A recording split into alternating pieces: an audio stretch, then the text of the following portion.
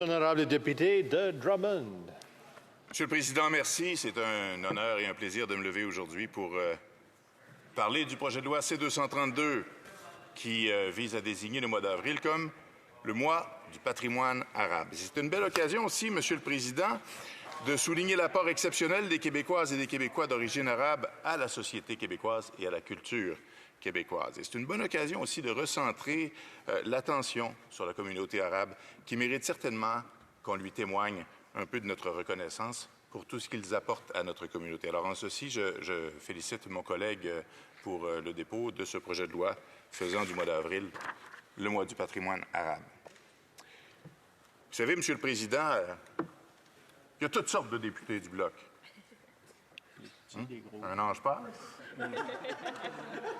Con, lent, cultivé. Mais tous sont ouverts, Monsieur le Président. Tous sont ouverts d'esprit, accueillants, généreux. Et je trouve que c'est important de le rappeler parce que nous avons beau être ouverts, accueillants, généreux, nous avons aussi des valeurs fondamentales. Nous avons une vision du vivre ensemble qui est différente de celle du reste du Canada. Et je pense, je sens le besoin de le rappeler souvent en prenant la parole en Chambre parce que je pense que ces différences-là sont intéressantes à reconnaître. Elles ne sont pas meilleures, on n'est pas meilleurs, c'est juste différent. Puis j'aime le rappeler à l'occasion. Puis ce projet de loi-là est une bonne occasion de le faire, justement, Monsieur le Président, parce que dans le projet de loi, on parle généralement des Canadiens d'origine arabe. Et il y a une distinction, je pense, que l'on doit faire entre les Canadiens d'origine arabe et les Québécois d'origine arabe.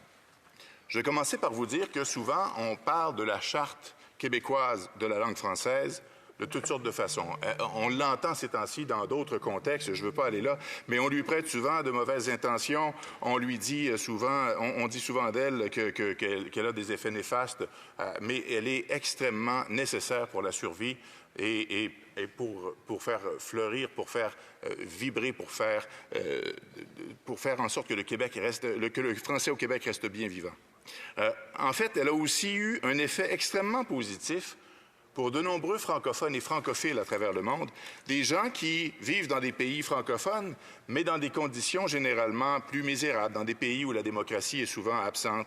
Le Québec est apparu, aux yeux de ces gens-là, comme un havre de paix, comme une destination possible pour eux, pour des gens qui voudraient peut-être aller refaire leur vie dans un lieu plus accueillant et replanter ses racines. C'est ce qu'ont fait des milliers de gens d'origine arabe qui sont venus s'installer et enrichir le Québec au fil des années.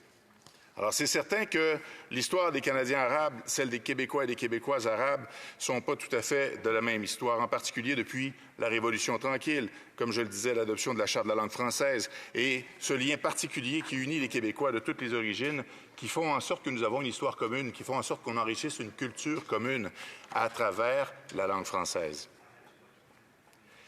Les réalités nationales respectives du Québec et du Canada, Monsieur le Président, exercent nécessairement une influence sur l'environnement d'accueil qu'ont connu les vagues successives des personnes immigrantes au fil des décennies. Alors, si les lois et les politiques d'immigration canadiennes se sont appliquées sur l'ensemble du territoire canadien et ont influencé le rythme de l'immigration des populations arabes dans ce qu'on pourrait appeler l'âge d'or de cette immigration, la volonté explicite du Québec, elle, de renforcer ses liens avec les pays du Maghreb et de favoriser l'immigration francophone exprimée depuis la Révolution tranquille, ça a nécessairement un impact important sur la trajectoire de l'immigration arabe au Québec. Et c'est ce qui fait en sorte aussi que ça la distingue de l'immigration arabe dans le reste du Canada. Alors, le facteur linguistique et culturel suffit aussi à interdire d'assimiler les parcours de vie des Québécois d'origine arabe de ceux de Canadiens d'origine arabe. Dans les faits, ils ne s'intègrent pas à la même société. Les populations immigrantes qui s'établissent au Canada hors Québec s'intègrent à la société canadienne, grand bien leur face, c'est-à-dire à la majorité canadienne anglaise.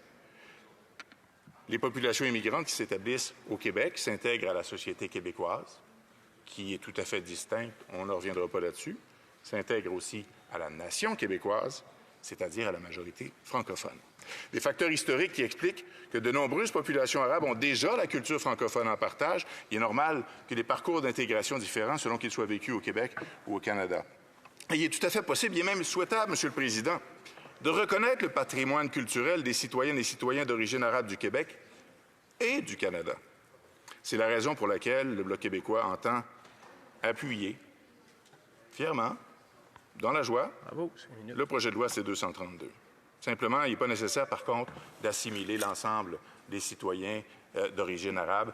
On souhaite quand même faire la distinction entre ceux qui se sont installés au Québec dans le fait francophone et enrichissant du même fait la culture francophone et ceux qui se sont installés dans le reste du Canada. Donc, comme je vous le disais, M. le Président, aucun doute là-dessus, le Bloc s'empresse d'appuyer ce projet de loi.